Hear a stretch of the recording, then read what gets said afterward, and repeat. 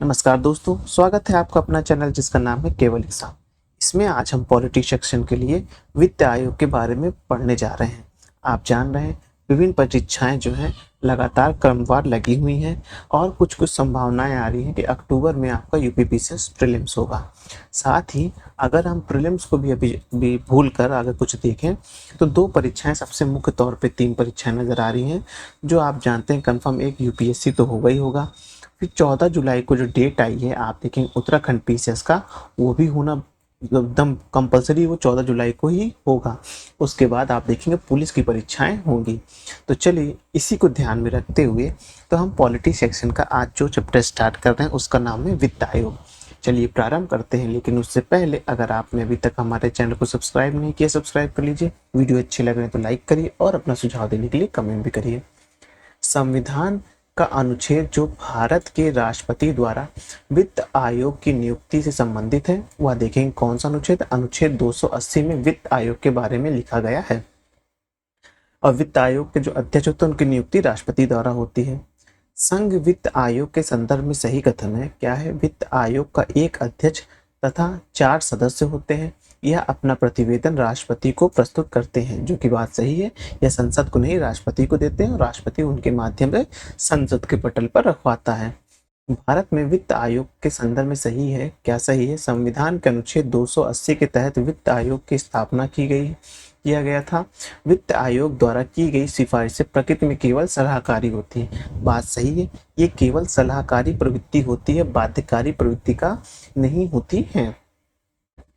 हाँ, अब सामान्य रूप से भारत में प्रति 5 वर्ष बाद वित्त आयोग की नियुक्ति की जाती है। किसके द्वारा? केंद्रीय अनुदान और संघ के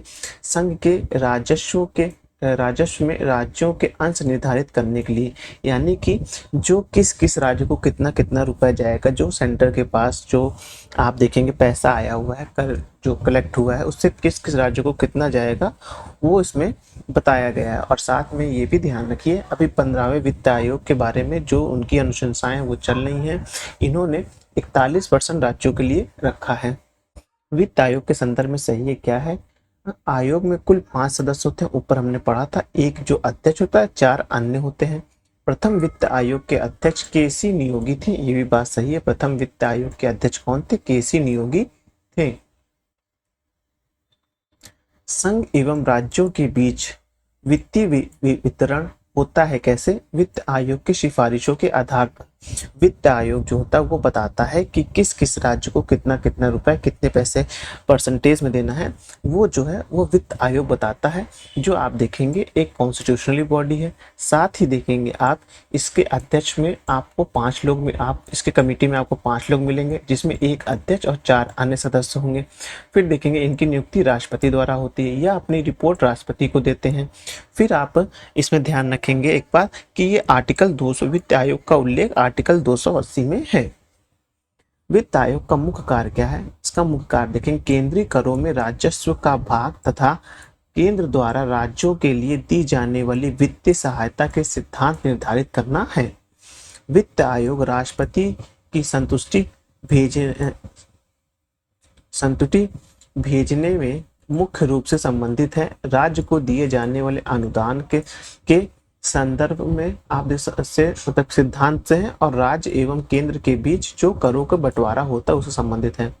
भारत में वित्त आयोग का कार्य क्या है? केंद्रीय करों का विभाजन और सहायता अर्थ अनुदान निर्धारण। अब कथन क्या है कि राज्य वित्त आयोग एक संवैधानिक निकाय है। कैसा है ये? एक संवैधानिक निकाय है। बात सही है। आप देखेंगे ये आर्टिकल 280 में लिखा गया है।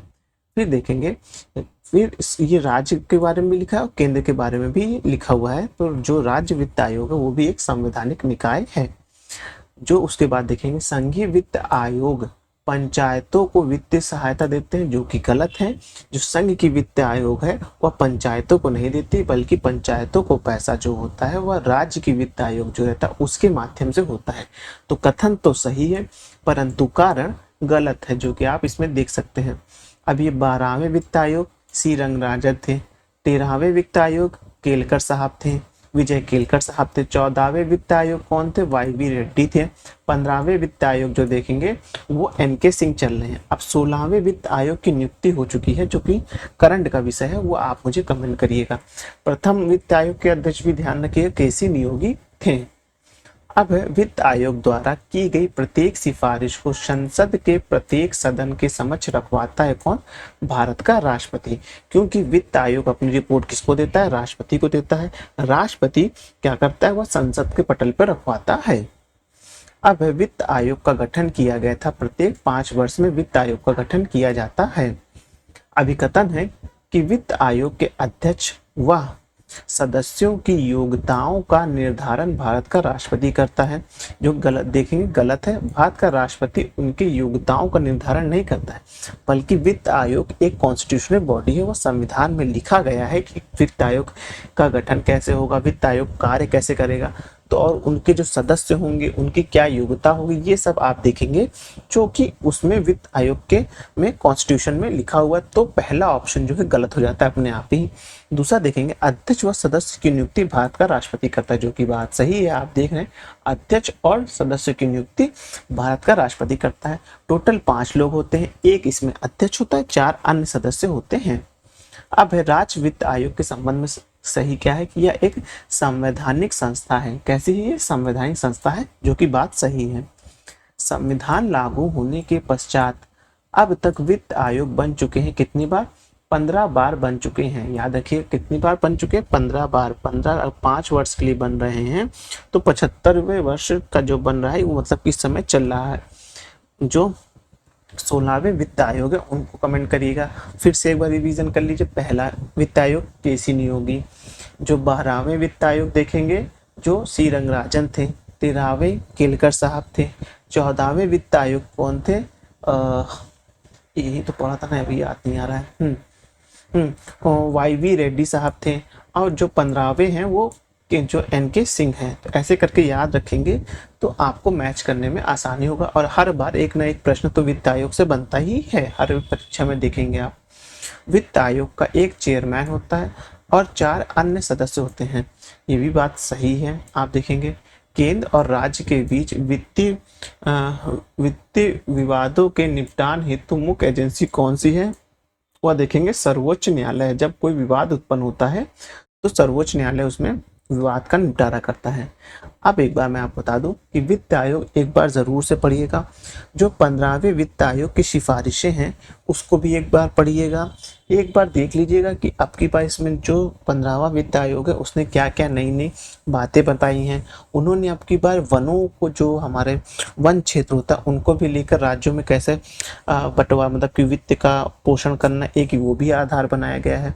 तो आप एक बार जो है 15वें वित्त आयोग डालिएगा गूगल पर या यूट्यूब पर, किसी भी माध्यम से आप उसको पढ़ सकते हैं, लेकिन एक बार देख लीजिएगा। हो सकता है कथन बनाकर ऐसे प्रश्न बना दे कि 15वें वित्त आयोग के बारे में ये करके कथन बना दे, तो उसको ध्यान रखिएगा। अब योजना आयोग, नीति आयोग के बारे में देखते हैं। योजना आयोग पहले था, फिर जानते हैं जो एनडीए की सरकार आई तो योजना आयोग को खत्म करके नीति आयोग बना दिया गया। तो उसके बारे में हम पढ़ने जा रहे हैं।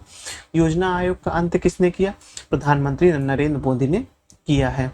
यहाँ पर प्रधानमंत्री नरेंद्र मोदी का नाम ना आके, हालांकि ऑप्शन में यही नाम था, लेकिन मुझे ऐसा लगता है कि जब कोई अच्छे पद के लिए परीक्षा हो रही, वो सारे पद ही अच्छे होते हैं, तो वहाँ पास आपको इस तरह का नाम डोनेट नहीं करना चाहिए। आपको बोलना चाहिए था कि इस नंबर के प्रधानमंत्री ने की है, ऐसे करके बोल देते तो थोड़ा क्वेश्चन भी और टफ होता और थोड़ा लेवल भी सही हो जाता।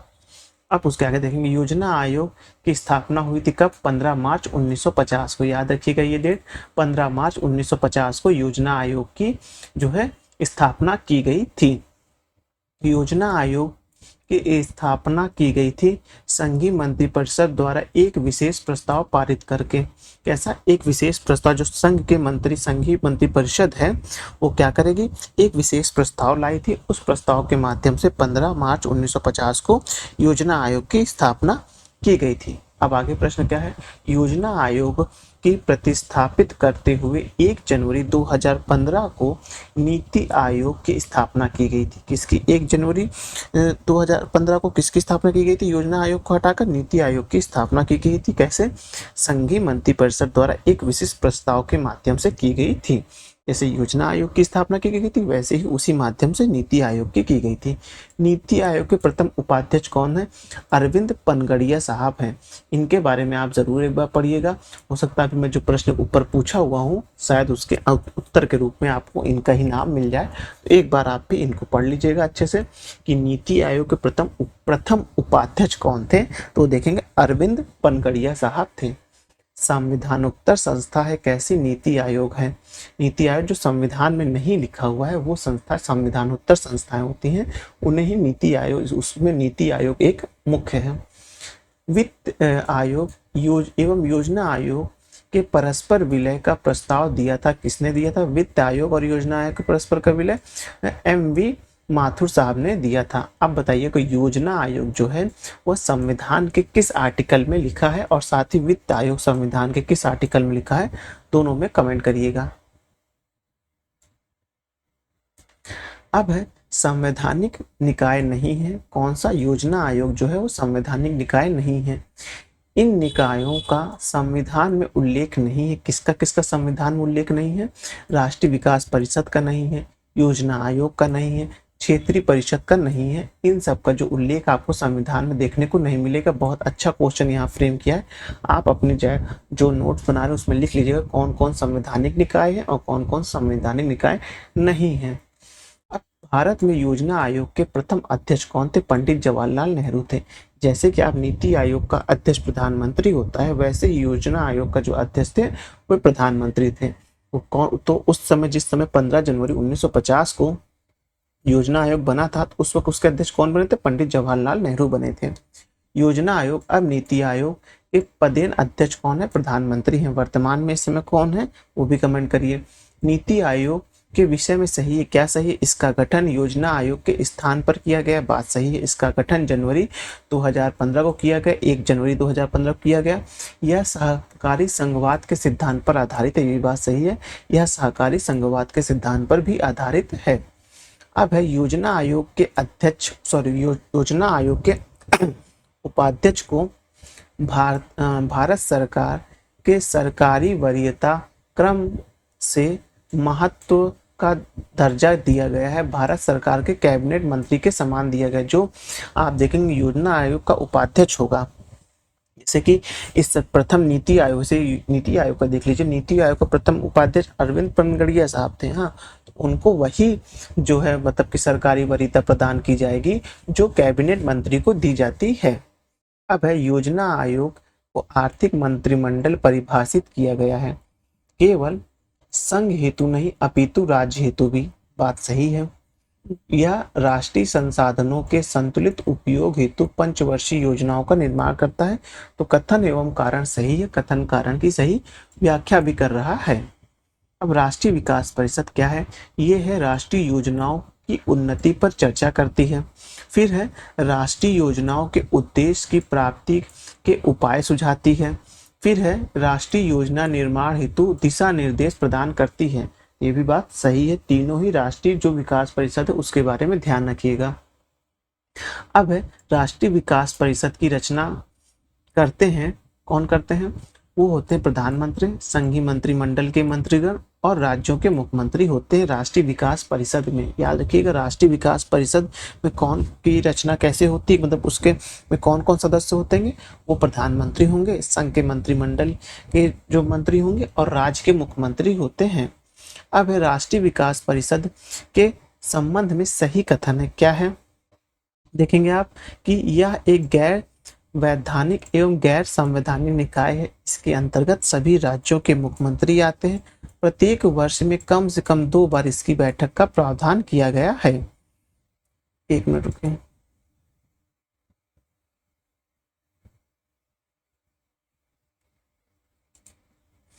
अब है राष्ट्रीय विकास परिषद का मुख्य संबंध है किसमें है? पंचवर्षीय योजनाओं के अनुमोदन से है। राष्ट्रीय विकास परिषद का अध्यक्ष कौन होता है? भारत का प्रधानमंत्री होता है। तो याद रखिएगा, जो ये हम पढ़ रहे हैं, राष्ट्रीय विकास परिषद का अध्यक्ष कौन होता है? भारत का प्रधानमंत्री होता है।